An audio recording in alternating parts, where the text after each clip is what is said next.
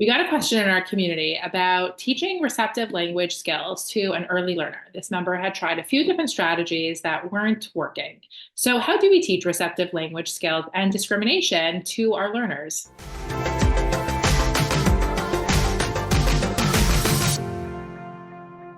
Hi, I'm Shira. And I'm Shayna. We're behavior analysts who create weekly content about how to teach children with autism so that they make real progress. And we create shareable resources to make your job just a little easier. Today's topic is all about receptive language skills. And if you want more videos like this, make sure to subscribe and hit the notification bell to stay updated on new video releases. If you ever want to understand the importance of really understanding receptive language and instructions, try sending your husband to the store, because often what will happen is you give them the instructions, you tell them where everything is, and they come home with the complete opposite of what it is that you meant. And that just felt very confusing for them. Lately, all over social media, I've been getting the cute reels where the husband goes to the store with an actual sample of the item that he's supposed to buy. In ABA terminology, we would call that a match to sample versus receptive language discrimination. So there are so many times in our life where we use receptive language skills, and we're going to talk about how we teach that to our learners. So Shira said at the beginning that this is a question from our community. And, when a member asks a question in our community, we answer, and we love to answer questions. And we have a really great community of vibrant people who ask a bunch of questions, and lots of people respond, and it's really, really cool. But lately, a member asked about just different teaching strategies when we're teaching receptive language. So if you're looking at teaching receptive language, your traditional method, or when I think of, hey, let's teach receptive language skills, I'm thinking more about receptive labels. So there's a couple different types of receptive language you can teach. You can teach following instructions, which would be things like clap your hands, stand up, or go get the book, that kind of stuff. Or it could be 3 items out on the table, and you're saying, find the shoe, point to the book. So for this question, the person was actually asking about receptive labels. So, 3 items out on the table is your traditional way of doing it, and saying, which one is the shoe, that type of thing. So the first step of a receptive language program is finding items that the student is going to come into contact with on a regular basis. So, I'm assuming that as you're starting a receptive labels program, a student doesn't have any receptive language to begin with, or very little labels. So you want to be able to start with things that they're meaningful. A lot of the times I'll start with things that are really preferred. So I might put a cookie on the table, and I might put some juice on the table. The problem with that is some learners will just grab the cookie because they want to eat the cookie and they don't understand.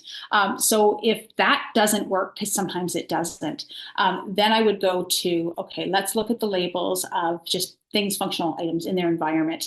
And then I start with things across categories. So I don't typically, introduce a banana and apple together. They're from the same category. Don't know why, it just doesn't always work that way. So I might do, one food item, or I might do like a cup or something that they see on a regular basis.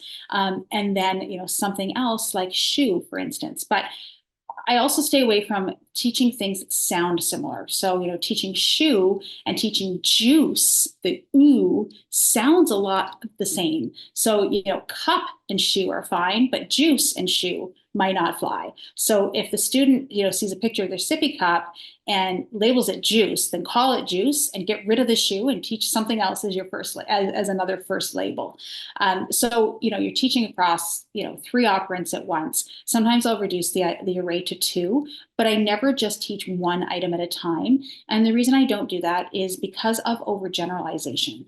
When we are teaching receptive labels, we are wanting the student to discriminate. If we just say, give me juice, give me juice, give me juice, and then all of a sudden you put a second label out and it's book, for instance, and you say, give me book, what are they going to do? They're going to give you juice, because that's what was reinforced for so long. So we want to start with 2 or 3 items out, and we want to start by randomly rotating that. And when we're teaching receptive labels, you have to remember that we're teaching a whole bunch of skills at once, right? You're teaching them to follow that instruction. And we mix and vary the instructions. So it's multiple instructions. It's give me, it's point to, it's show me. You want to mix that up so they don't get stuck that a receptive label means give me. And you're also teaching, the meaning of that item. You're teaching the label and you're teaching discrimination. So there's a whole bunch of expectations. And depending on the learner, we may have to really separate those skills a lot. So Shayna said we wouldn't teach one target at a time, but you could start without the discrimination and you wouldn't have the same target out, but you could have one out and you can mix up whichever one that is so that you're teaching them the instruction of responding to a receptive instruction. So that you may just start with give me, then introduce point to, then introduce show me, so that they are learning to respond to that instruction with only one item out. And then you can have one item out with a blank or with something that, you're not teaching so that they're learning that discrimination piece. And then eventually building up to be able to discriminate different labels amongst an array of 3, 5, 10, as many as you can build up. So let's pick 3 items that are really functional to the learner. So let's pick, for the purposes of this, let's pick juice, let's pick book. And then I was going to say ball, but ball and book sound the same. So let's pick dog. And I'm picking dog because they have a dog. So I'm calling it dog. But the very first thing I'm going to do is I'm going to put one item out. I'm going to hold my hand out. I'm going to say, give me ball. Wait, ball wasn't one of them. Give me book. Give me, this is really hard to do when I don't have the items in front of me. Give me juice. And just having one of those items out. So like Shira said, I'm really just teaching the instruction of give me. This is the only selection response I want. I want you, and I hold my hand out and I say, give me whatever label it is, you're going to be putting it in my hand. That's all I want. And then, like Shira said, the second thing you can do is have, your item out like juice and a blank card, and that's it. And then having them to discriminate. So I'm not giving you the blank, I'm giving you the actual item with a picture on it. And then from there, you can build it up so you're actually discriminating between the 2 or 3 items that you're asking for. Now, that's can be really easy to some learners, but for other learners, it's really difficult. So this is really about hacks. So if that traditional method doesn't work, what are some hacks that we've used? Have you ever had a learner who's been really stuck? For sure. Right?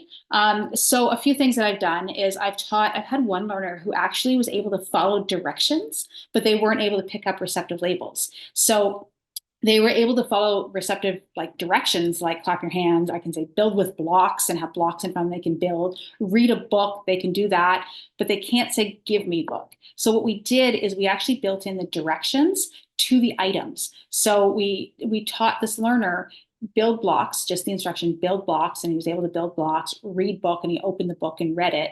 And I can't remember what, put on hat or something. And he did that as well. So we taught those. And then once he had those instructions, we faded out we faded out the verb. So instead of saying build with blocks, we just said blocks. And he still built and he still did the action, but he identified blocks with the blocks. So that's how we got around that. And we had to teach probably about 5 or 6 different items like that before something clicked and was like, oh, that's what you're asking me. Okay, I got this now. So we've had to do that before. Another one that we've had to do, one learner it was almost like he wasn't discriminating the sound of my voice, or he didn't really understand that sound and pairing a sound to a separate item. So what we had to do in that case was we actually put out musical instruments instead. Weren't functional to his life. Everything I said before, discarded. We had to talk about function, right? We put out musical instruments, and we actually gave him a set of musical instruments, and we had the same identical set. And we would shake a maraca and we would say maraca. So this learner knew how to imitate. So, we would pick up a maraca and we would say maraca and shake it. And the learner would shake the maraca. And then we would put down the maraca and we would pick up the drums, and we would bang on the drums and we would say drums, and that he would do the same thing. Then what we did is we actually faded the visual. So we had the drums, the maraca, everything behind our back. It was really tough. I'm trying to bang on drums behind my back. It was tough. But he was able to match that sound of the maraca, and he was still able to shake the maraca. When I said maraca and shook the maraca, he was able to pick up the maraca and shake the maraca, which I thought was really cool. Then what I did from there is I faded the sound and just said maraca, and he was able to do it. And I was like, yes, we got our first few labels that were completely meaningless to him. They were maraca, drum, and something else. But that's okay. He did finally understand, oh, when you say a word, it matches an item. And we had to teach, like I said, a few instruments like that. And then we were able to go on to other labels and we were able to teach that. Yeah, learning language is hard. And that's why when we do a program like this, we often recommend doing like a most to least prompting, errorless learning as much as possible, because it becomes confusing if if they're getting the wrong answer and then having to correct themselves, and then they might remember the wrong answer. So we often recommend it being as errorless as possible. Another strategy that we might use if they're really not learning it is to provide that errorless prompting, 2 or 3 times before even giving an opportunity for them to respond. So we might do something like, show me the book, and then you find the book together, show me the book, find the book together, show me the book, and then see if they can respond after having been primed errorlessly for the first 2 trials. We don't take data on those. We're only taking data on the one that we're giving them that opportunity to respond. And then you can fade it to like a one-to-one prompt, and then eventually fade that out so they can, respond independently on their own. I've had to do 4-to-1 prompting.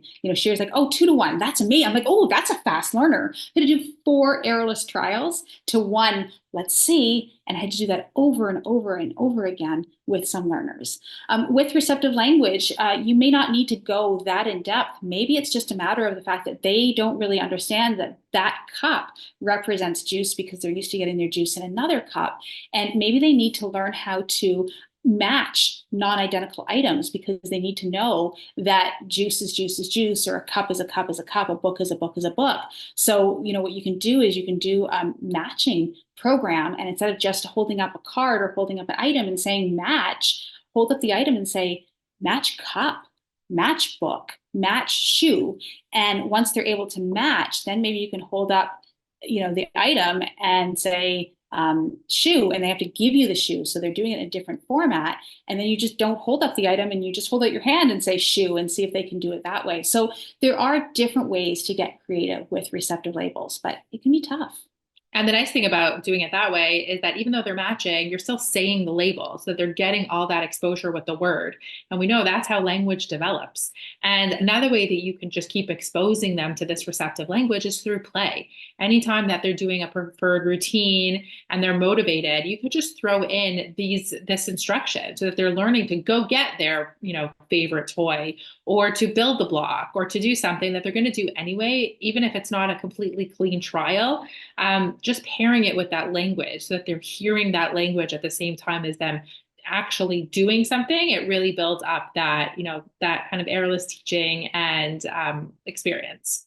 For more information on receptive labels, click the link in and around this video or in the description to claim your free receptive labels datasheet. We also encourage you to subscribe to the channel so that you don't miss any future videos, and leave a like and comment below if you have further questions.